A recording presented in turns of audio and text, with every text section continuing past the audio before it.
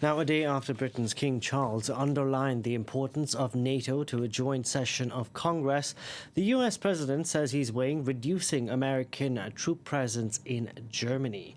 The post from Donald Trump comes after the German chancellor said the United States was being humiliated by Iran's leadership. Friedrich Merz also criticized the lack of a US strategy in the war. We can now bring in Christopher Featherstone, associate lecturer in the Department of Politics and International Relations at the University of York.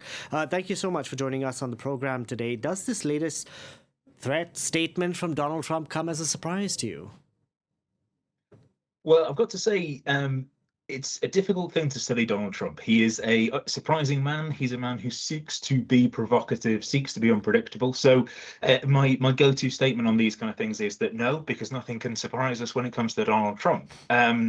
In terms of the message that he's putting across here, Donald Trump has for a long time been saying that he is unhappy with the commitment from other US allies in Europe, in particularly NATO, and their ability to support his goals and his policy ambitions. Those allies are unwilling to commit to helping police the Strait of Hormuz, for example, or get involved more in the conflict with Iran. And Donald Trump has a habit, as a track record of seeking to punish in some ways, either verbally, either kind of reputationally, or actually physically with this kind of reduction of security, as a way of lashing out and potentially seeking to change the kind of behavior from allies that he does not like. Well, he has managed to do just that, because in the last hour or so we've had Germany's Chancellor Friedrich Merz, who said they're looking for a reliable transatlantic partner.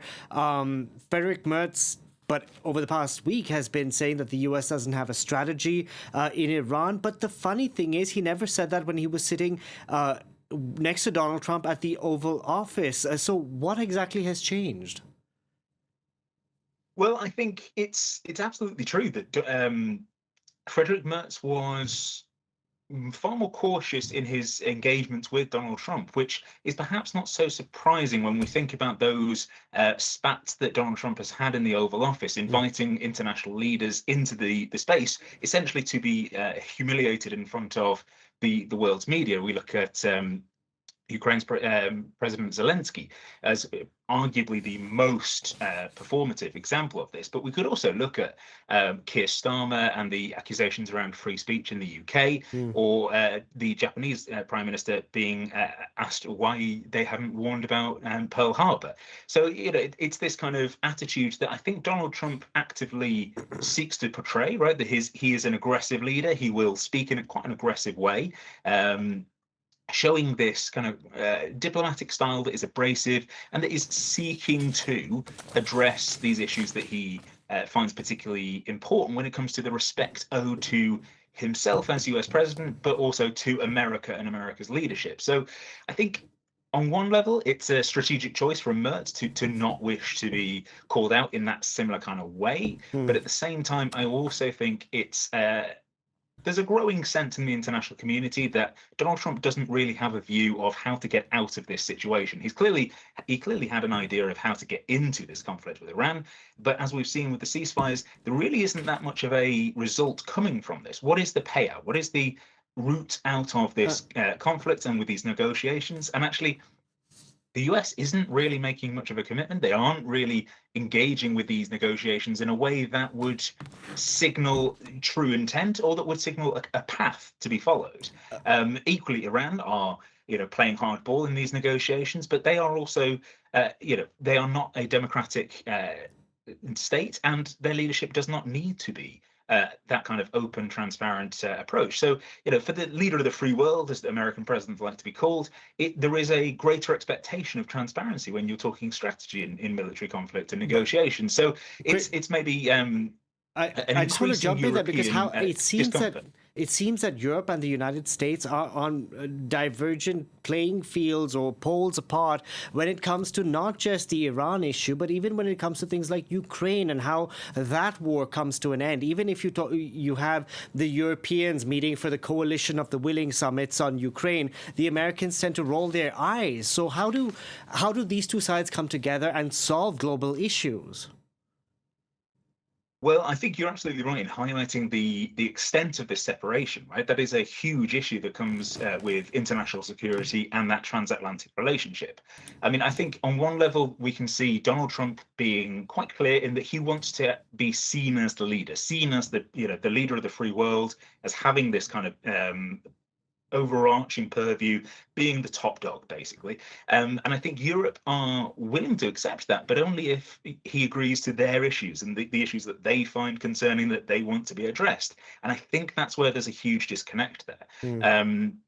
I think for the Europeans, they will be seeking, I would imagine, seeking to signal to the US administration that we are willing to commit and we are willing to engage with some of these issues. We're willing to help support you to a certain extent, maybe setting out the limits of where they're willing to go. Mm. But I think there is a fear on the European side when it comes to this Trump administration in just how unpredictable he is. That, I mean, you don't want to signal a willingness to get involved when you don't know where that involvement is going to lead. But also, again, it goes back to the strategy, right? Because we had, for instance, Merz or Ursula von der Leyen, who sort of kowtow to the U.S. president, but that's not something that works either, because again, Europe struggles to get its voice heard. Absolutely. I think the issue is that that's tactical, right? That is a tactical move. And it quite helpfully means that they are not going to be called out in front of the press in the Oval Office. They don't get embarrassed on international television. But strategically, it means that actually we don't know where Europe is on this, right? Where Europe is trying to be quite cagey. They aren't really showing their level of engagement here. We don't really know what they're willing to do. But equally, there is no real conversation opened up with the US. They are not saying what they are willing to do, and they aren't really dragging it out of the US administration in terms of where do they seek to go. I mean, Donald Trump famously likes to be seen as unpredictable, likes to be someone who cannot be pinned down on these particular issues, but that doesn't really work when it comes to these international conflicts. So really, we do need to see an increase in pressure on the administration in terms of setting out some sort of roadmap. I'm not sure that's likely, but I think that seems to be the path that is needed. But it's been the case for over a year, for instance. We know that Europe has been struggling to get its seat at the table when it comes to peace negotiations between the Russians and Ukrainians. The Americans have dragged the Europeans on for a year. They still haven't managed to get a seat at the table. And now we have Europe's foreign policy chief who's saying there's lots of unanswered questions about a phone call that took place yesterday between the US and Russian president. So it seems that Europe, on one hand, wants to project itself as this big, powerful player, but one that's very meek at the same time. Yes, absolutely. I think there's a real issue here with the kind of voice that Europe has with the US president.